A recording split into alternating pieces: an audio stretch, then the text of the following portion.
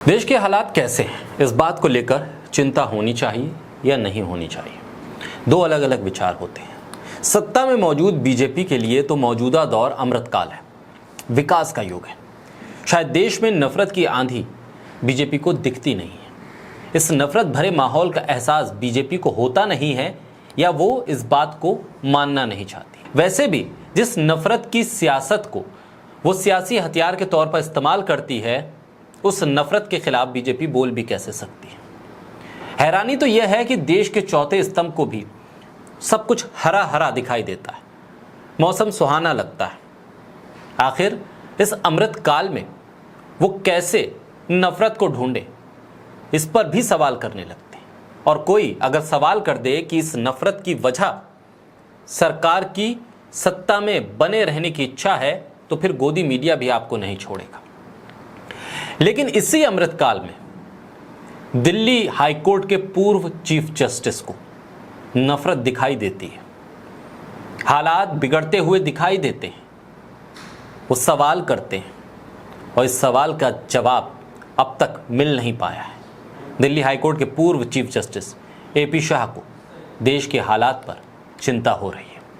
बोलता हिंदुस्तान पर मैं हूं आपके साथ बिरसा शाकिर अली बेग। भारत के मौजूदा हालात को लेकर दिल्ली हाईकोर्ट के पूर्व चीफ जस्टिस एपी शाह ने चिंता जाहिर करते हुए कहा कि सांप्रदायिक ताकतों के उभार के बीच भारत में अल्पसंख्यक डरे हुए।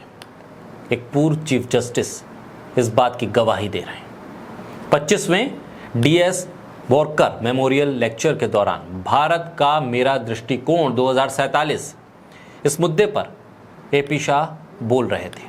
तब उन्होंने कहा कि अब मैं भारत में असहिष्णु और सांप्रदायिक ताकतों का उदय देख रहा हूं, जो भारत के भविष्य के लिए बहुत बड़ा खतरा है। एपी शाह इसी पूरे कार्यक्रम के दौरान इस बात को भी कहते हैं कि वो और उनके पूरा परिवार आरएसएस के साथ जुड़ा हुआ है। उन्हें किस तरह से सावरकर की कविताएं अच्छी लगती थी, लेकिन अब जब 2047 की बात करते हैं, जब 2047 के भारत की बात करते हैं, तो आज के दौर में वो विचारधारा को एक साइड में रखते हैं और कहते हैं कि सावरकर की विचारधारा 2047 में एक शांति प्रिय देश नहीं बनने देगी। शाह कहते हैं कि सांप्रदायिक ताकतों को शक्तिशाली राजनीतिक समर्थन प्राप्त है, जो सावरकर के हिंदू राष्ट्र, हिंदू जाति और हिंदू संस्कृति के आदर्श को साकार करने की कोशिश कर रही है। जब ये बात पूर्व चीफ जस्टिस को समझ में आती है, तो उनको सावरकर की वो कविताएं अच्छी नहीं लगती हैं। वो और उनके परिवार से जुड़ी हुई वो विचारधारा उनको पसंद नहीं आती है। वो कहते हैं कि आज के इस दौर में भारत में अल्पसंख्यक डर में जी रहे हैं।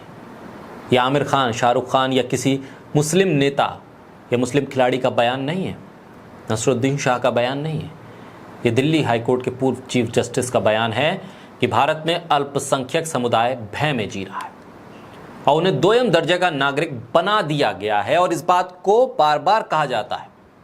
और आज चीफ जस्टिस, पूर्व चीफ जस्टिस इस बात को कह रहे हैं। ताज़ा उदाहरण नूह और दिल्ली की घटनाएं उसका जिक्र करते हैं कि इस तरह की भावनाएं बढ़ रही हैं कि भारत में मुसलमान इस देश में अल्पसंख्यक दोयम दर्जे के नागरिक हैं।